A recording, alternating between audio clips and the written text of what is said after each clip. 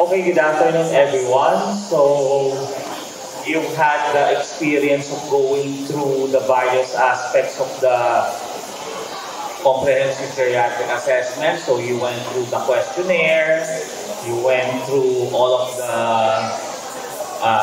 assessment tools that are needed to complete the entire assessment. Ano? So, what we're going to do now is appreciate up to some extent how to score and interpret the data. Okay? So, again, we'll just start with a brief explanation of the concept of the geriatric syndrome and then straight scoring of the data to identify geriatric syndrome, especially with regard to frailty and the risk for falling. Okay?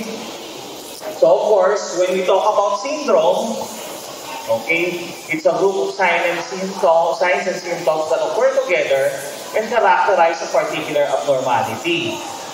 Okay, so very classic yan sa medicine. Ano? When you say syndrome, it's a group of signs and symptoms. Okay, pag sinabi mong Down syndrome, ano ibig sabihin nun? Makikita mo kung ano itsura ng Down syndrome, di ba?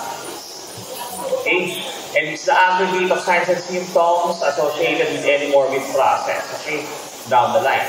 Okay.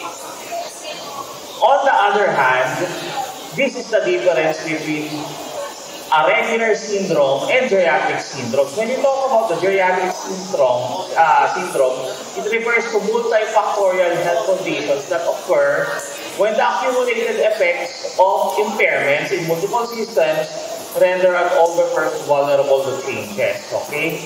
So it hints at the possibility that it is caused by several conditions, not just one condition. Okay? And then when you compare a syndrome, a regular syndrome versus a geriatric syndrome, of course, we mentioned kanina, geriatric syndrome in the young is a group of symptoms that do not need to be highly prevalent. On the other hand, geriatric syndrome is highly prevalent, okay, and mostly single symptom stage. Kaya nga yung napapag-usapan kanina, frailty, incontinence, dementia, okay? And a syndrome in the younger population, single pathogenetic pathway. On the other hand, geriatric syndrome, the symptom is linked to a number of etiologic factors. Like for example, when we talk about a fall as geriatric syndrome, hindi siya dahil lang sa common reason na may arthritis ka or mahina ang tuhod mo. It happens because of several other reasons. May infection ka, sa drug effect, okay? A syndrome in the young, it may be separate entities and no overlap between the etiological factors. Geriatric syndromes may large overlap between etiological factors of different geriatric syndromes. Like for example, when we talk about delirium can be caused by a lot of problems. Infections, drug effects, sleep deprivation. Those same etiologic factors can cause other geriatric syndromes like falls. Okay? In younger patients, a syndrome is usually a single symptom. Okay? In a geriatric patient can suffer multiple geriatric syndromes. Kaya, when you look at a patient, an older patient na may sakit, marami tayong nakikita. There's a possibility of them falling, there's a possibility of them developing delirium, there's a possibility of them developing inappropriate medication use.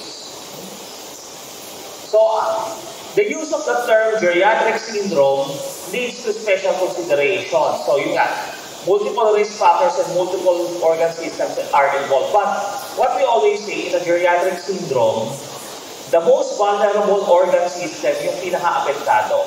That's why in older patients, some of the etiologic factors will manifest as a fall kasi for that patient, yun yung pinakamahina nilang organ system, musculoskeletal.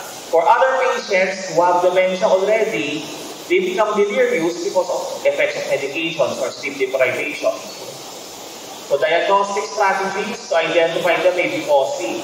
So in the hospital, if the medical team who is handling the older patient is not familiar with the concept of the geriatric syndrome, they may start doing a lot of diagnostic tests to rule out a lot of problems before they arrive na, okay, the patient is just having a delirious episode. And then the therapeutic management may be helpful for the patient even if you don't know the clear underlying condition. Okay, so the American Geriatric Society recommends that all undergraduate students become familiar with the standard geriatric syndromes, including dementia, depression, delirium, falls, pressure ulcers, and down the line. Okay? Of course, we also consider other geriatric syndromes outside of that, what was mentioned by the American Geriatric Society, including malnutrition, dizziness, deconditioning and sarcopenia, arthritis, and pain. Okay? Okay, let me just flash the concept of frailty. We've been talking about frailty repeatedly, and these are the characteristics of frailty: having unintentional weight loss, weakness, exhaustion, slowness, and low activity. This was proposed by Dr. Linda Fight before, and this is a concept that is still relevant today and has been modified by a lot of groups to define frailty and is considered as one of the giants in geriatrics, diba? The state of frailty is something that is that needs to be treated adequately when you look at an older patient, because it's a gateway geriatric syndrome. Once you see a patient with frailty, it opens up to a lot of other problems. Okay. So, how do you extract these geriatric syndromes from the data given by the comprehensive geriatric assessment? There's really no fixed way to do this, diba? Parang medical diagnosis, you get the history, you get the PE. But what are the pointers that we can give for it to be more meaningful or more easy to do? So for example, if you look at item number 23 of your geriatric assessment form, and you know that the patient is not exercising, does not do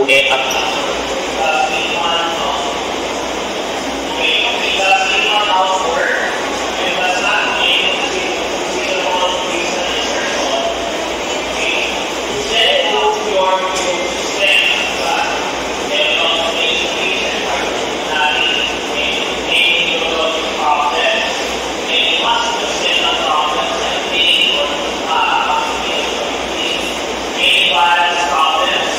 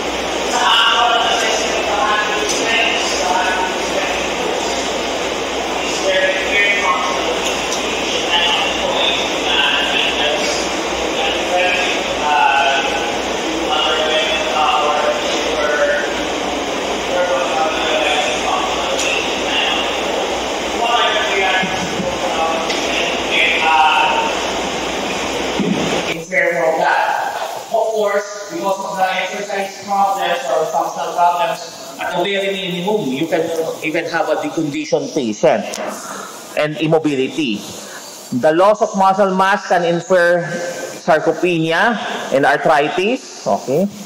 You can surmise any other neurodegenerative conditions. Does the patient have dementia? Does the patient have Parkinson's disease or other neurodegenerative disorders? Meron bang mood disorders depending on sa MSE or the other screening tools? Meron bang dementia? Okay? Causing the functional problems. Okay? Of course, frailty is always a possibility because of the decrease in functionality and possibly other withdrawal of activities. Meron bang risk of fall ang patient kaya hindi siya gumagalaw? Other patients may stop doing anything because natatakot silang matumba. Okay? Is there a sensory impairment significant enough? That's why they're not doing anything. People who are almost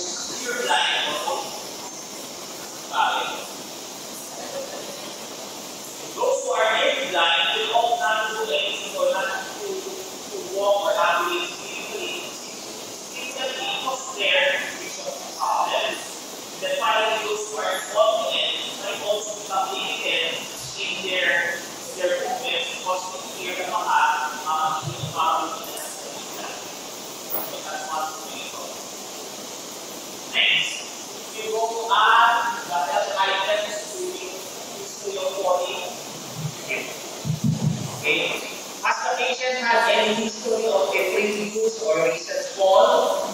Okay, and what are the circumstances of the fall? Remember the fall, a fall history before does not necessarily mean na high risk for further falling ng patient. Diba? What if pinakit mo talaga yung patient? Ano magkakapayan kahit bata? Diba? That does not necessarily indicate a high risk for fall for the patient. But if the patient fell very easily without excessive obstruction. The patient suddenly fell without any provocation, if you got a tumba, you have to investigate that. Minimally provoke the fall. What are the complications of fall?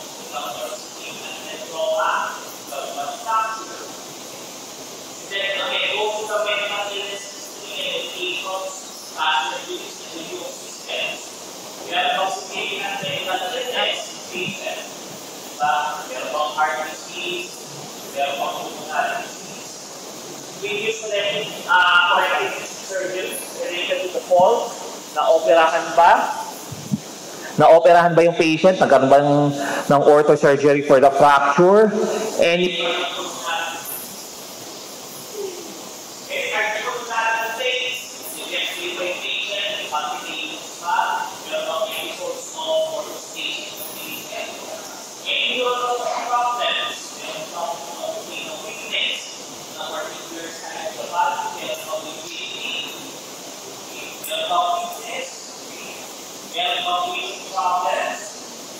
balance problems that the patient is unstable, was walking, or get about vertical patient. Any sensory problems, about blurry of vision, or is there part of the vision that we cannot task? Again, any confidence issues. Very important, and especially for those patients who are doing real-life school. But patients with real-life are out of that, you will find problems with that, that's how it's performing. How we get an assessment, do we have baseline leading on the problems we related to these things? Again, are there any tests that we falls? Are there any issues on physical examination and methodology like analysis? May parents kaya very big bad. Any other persistent findings, sustained mental problems or food problems.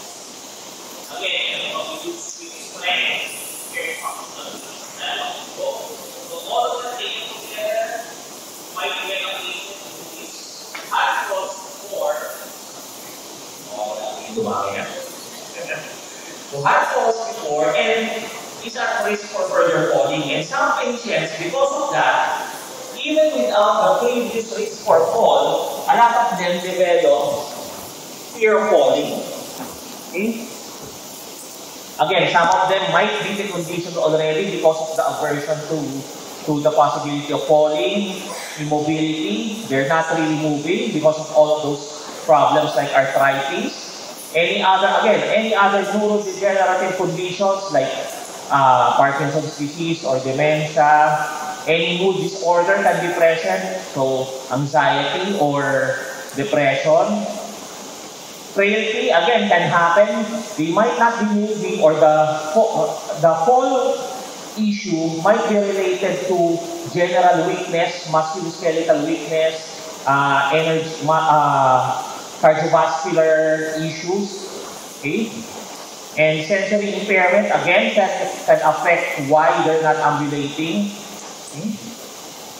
And then, of course, osteoporosis is a possibility. Those who have low body weight, those who are not exercising, those who can be at risk for poor bone density and osteoporosis. And then, of course, those who have multimorbidity, lalo na kung marami ng sakit, all of them are also at risk for falling. What about another aspect of the questionnaire? Any medical illness, any identified previous medical conditions? Are they taking more than 5 medications? Okay, as you know, intake of more than 5 medications is already polypharmacy, and the more medications you have, the more you are at risk for adverse outcomes, including frailty. Okay. Is there a possibility of mismatch in the medication list and the medical history? We are not only looking at whether or not marami silang gamot. You have to check whether or not they are taking appropriate medications. Baka naman kasi, it's not just polypharmacy alone, it's inappropriate polypharmacy. They are taking medications that do not have clear indications. Okay? And then, of course, use of supplements, traditional and alternative therapy should be assessed also. Kasi some of those complementary or alternative treatments are also involved in inappropriate polypharmacy. So, all of that can subject you to adverse reactions, again, increasing the risk for falling and increasing your risk for developing frailty. Okay. How about the health item number 36? Sleep problems, especially, and if you look at the medications, they might be using sleeping aids or sedatives, okay? That again can lead you to your geriatric syndrome of sleep disorder and possibly risk for falling. But the use of sleep disorders can increase the risk for falling because it can affect your wakefulness even the following morning, or your balance abilities. Okay. How about other issues? Focusing on the review of systems alone, a patient suffering from weight loss, loss of appetite, dentition issues, loss of taste, dysphagia, nausea, vomiting, and difficulty with bowel movements can predispose you to malnutrition, constipation, possible inappropriate medication use because of all of these other things, frailty, if you're having weight loss, and then of course risk for falling because of your weight loss. Okay? Exhaustion, lack of energy, decreased activities may indicate the presence of frailty already. Difficulty with bowel movement may indicate constipation. Incontinence, of course, that's it, incontinence, pero it might also predispose you for falling because magmamadali ka pumunta sa CR. Nocturia, again, risk for poor sleep. Maraming lalaki who complain of sleep problems. One of the root causes is interrupted sleep because of their frequent urination at night due to their prostate problems. And that can also predispose to inappropriate medication use because the patient is trying to sleep. Okay? And they are trying to induce sleep in the middle of the night, and that can also increase your risk for falling kasi may epekto pa yung gamot. Maglalakad ka para umihi sa gabi, pwede ka matumba. Memory difficulties, mood problems, aggression, wandering at night, confusion, and paranoia may indicate dementia, depression, and other mood problems. Okay? Tremors, stiffness, and slowness of movement, and gait problems may indicate Parkinson's disease and neurodegenerative disorders, and again, risk for falling. Okay? Of course, hearing and vision problems can affect everything, including the risk for falling. Balance issues, again, risk for falling. Joint problems, muscle shrinkage, and weakness may indicate sarcopenia, arthritis, risk for falling, and eventually frailty.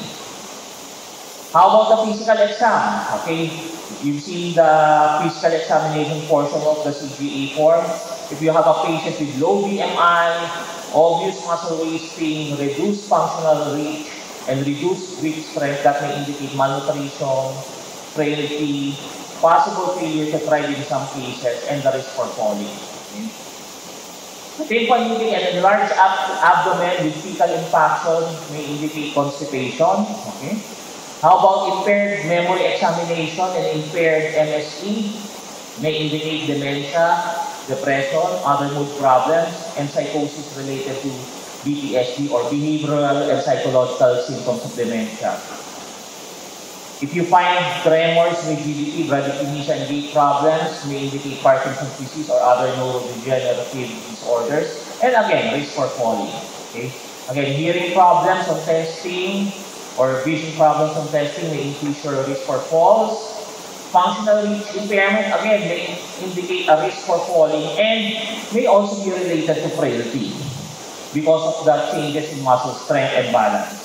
Arthritis, muscle atrophy, and reduced grip strength, again, sarcopenia, arthritis, and frailty. Prolonged time up and go may again indicate risk for falling and frailty because the patient is trying to be very careful when they are ambulating, or again, there are issues in cardiovascular endurance. Okay, so basically that's it, okay? So there are details that you can try to extract from the CGA. You just have to be able to tie them all together, okay? Don't just ignore a particular detail. When you see a particular symptom in the upper portion of the CGA, try to tie it in with the other possible symptoms that you see in the other portions of the CGA. Try to tie it in with the physical examination and the review of systems, and tie it again with the other assessment tools to get your geriatric syndromes, okay? Ang important is don't take it too lightly too much, okay? And don't think that it's just because of aging.